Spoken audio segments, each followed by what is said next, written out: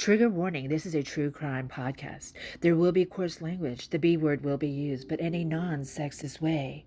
We are not real experts on anything, and facts will most likely be wrong. Everything we say is alleged, and if you like stories told in a dumb way, then you are listening to the right podcast. Otherwise, you have been warned.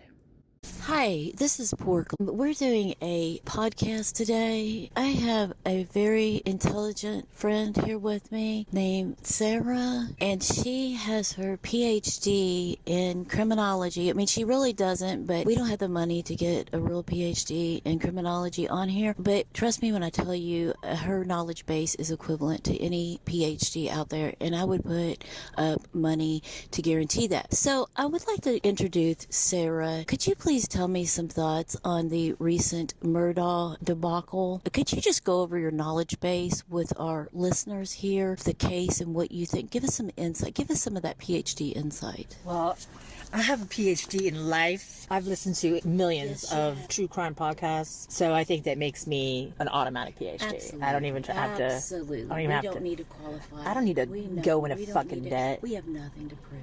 No, my hot take on Murdaugh is that shit was bad. It really was. It was. Did you see what they did to that son? Buster? No, not Buster. Paul. Oh, Paw, the one that got shot? And then Maggie got shot too. Well, I know she got shot. Do you think that old Alec did that? Old boy Alec? Well, I'm only up to the first episode of Murdaugh, so right now it looks like he did it. But I heard there's other evidence that's come into play. There is a lot of evidence, and they got that Becky Boo who's causing all that trouble up there. And heavens to Betsy. She keeps saying heavens to Betsy. She says that's the court mascot. Yeah, well, Becky Boo thinks she's Scooby-Doo or something. Shame on you, Becky Boo. All right, let me ask you this, since you're not too familiar with the Murdaugh saga and its spin-off, Becky Boo. I would like to ask you, could you give us some insight on a case that you are more familiar with? Did you hear about that surgeon? No, I didn't. Please tell us about it. Educate us. Well, basically, he was like this famous surgeon who did the throat surgeries, and he told everybody like it was like this miracle surgery where he was replacing tracheas, and he had all these people convinced. Tracheas? Yeah. He was replacing them with what? With plastic. With plastic? Yeah, plastic. And he was telling everybody it was like a miracle. Like he came up with some fucking miracle surgery. Trachea? Like some sort of prosthetic trachea? Yeah, prosthetic trachea. Wow. And he said that he basically take a fucking plastic tube and intubate. I'm not medically trained, but is that like intubating something? No, they like surgically implant it, and then they said he bathed that plastic tube with. Is it for people that have like esophageal? Yeah, like it's like for people who like have tracheal issues, and like one guy had cancer. This woman, she had a surgery that went wrong, and it was actually she was getting surgery because she was sweating too much. Her hands were sweating, and so you get surgery for that. Yeah, I don't know what they were doing, but anyway, and she was an artist, and her hands sweat too much, which I think that would be definitely a hindrance. When she was intubated, well, the surgery, something flew off of some machinery, I don't know what it was, and it like went into her trachea or something like that. Oh my god, you go in for sweaty hands and you come out and, that's true. And her trachea is all jacked up. So anyways, this fucking doctor goes in and like has people convinced that he's done all this research and shit, and he hadn't. And so these people, he'd done, I don't know, tons of surgeries, and they all died like these horrible deaths, like because they all get infected. Did he actually think his trachea was legitimate? Yeah. Oh, okay. So what was he thought he was helping? Did he purposely do this? Well, he thought he was like doing like life-saving shit, like life-changing shit, which, like if he legitimately thought that, that's great. Now, is this from the United States? No, he's from Italy, and he practiced in Sweden and at this really famous hospital that was known for the Nobel Peace Prize. And they didn't recognize that it was tomfoolery? Well, no, because he had like, he'd had all these, like, research papers that, I don't know, that weren't legit. Like, he somehow convinced, like, and this is, like, a major hospital in Sweden. And they're like, oh, yeah, cool. Like, but they only let him practice on people that were, basically, it was, like, their last chance. Right. Like, legit last chance. And then also Russia let him practice because Putin was all like, hell yeah, like, let's show the world that we got. Yeah, they were like state of the art, whatever. Yeah. Then on the top of that, he was also like a swindler, like with women, and he had this like family. He was cohabitating with this woman from Italy.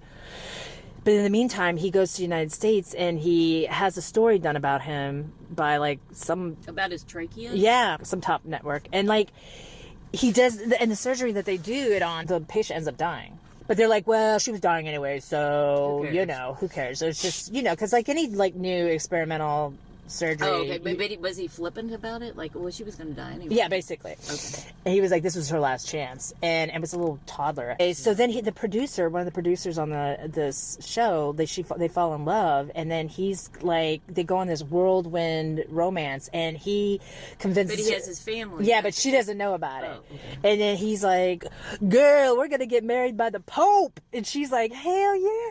So, yeah. And Does so the Pope do that? Well, she Googled it, and apparently they do. And they're divorced. By the way, he doesn't. Well, he could be non-binary, girl. No, I mean, I'm talking about the Pope. Yeah, he does it. You said that. Well, maybe he's non-binary. That's right. You're right. Maybe he's a closeted non-binary. Right. Botch. You got it. Okay, anyway, go ahead. so then he's like, so she Googles it, and she's like, they do that. Because he's a world famous surgeon. She's like, oh shit, and they're both divorced. Because she's like, I don't. Why would? Yeah. Well, and she wasn't Catholic. He was. She had to be Catholic first before the Pope's going to do that shit. But go ahead. But she's like, oh, girl, let's do this. And he's like, well, I'm going to do all the planning, So he does all the planning, and then something tips her off. Oh, yes, like, she gets her dress and everything. She's getting ready to get married. And, like her friend texts her, is like, hey, girl, guess what? The Pope is going to be out of Italy on the same day that you're supposed to be married. And then she's like, oh, shit. So then she starts doing all this research, and it turns out this guy is a total... So what was the guy going to plan on doing when she shows up in her wedding dress at the Vatican? I think he was just going to, he was just going to keep making excuses. Like, the Pope, why isn't he here? Yeah. And then so what happens is and then she goes to Barcelona, which is where he lives full time, and she discovers that he has a whole family. She gets this whole expose done on him. People had been trying to get him to stop doing this trachea shit, and the people that tried to whistleblow on him, they ended up almost getting fucking fired themselves from the hospital. Well, because they participated in it, right? No, because the hospital's reputation was so good. Like, this is a Nobel Peace. This is where they give out Nobel Peace. They didn't want that shit going out. Yeah, so they're like, you're not gonna fuck our. Shut your mouth. You ain't gonna fuck our reputation, much. Yeah. Right.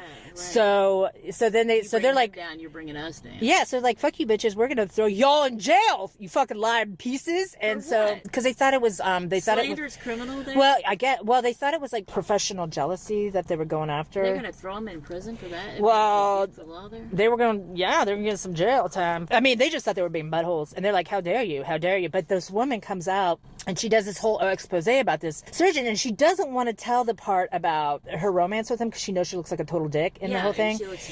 But they're like, nope, sorry, we're not going to do the story unless you tell us this part. Because that's the part that's good. Like, okay, fine. Because that's the part that's going to get the readers in. And of course she's like, I know I'm going to look like a total fucking asshole, but whatever. And so she does. And then that's what puts the nail in the coffin for this fucking surgeon. And then they're like, oh shit, we do need to look into this guy. They called it, what is it? Where it's not manslaughter or something, but it's like something misadventure or something. Oh, that's the English version. Surgical misadventure. Oh, is that what they call it? Something. They Medical misadventure is what they call people that have when you go out and you get drunk and you mix drugs. They call it multi-drug death by misadventure. Yeah, so it's like medical misadventure. And so then I think what they called it. That's weird. Something like that. Yeah, okay. You know my PhD ain't real. That's not from the United States. That's in England, right? This was in Sweden. Oh, okay. Yeah, my PhD really ain't real. So yes, it is. No, so. You're so he basically gets off with like a slap on the wrist, and apparently he can still practice and all that shit. And of course the woman is just like eviscerated online.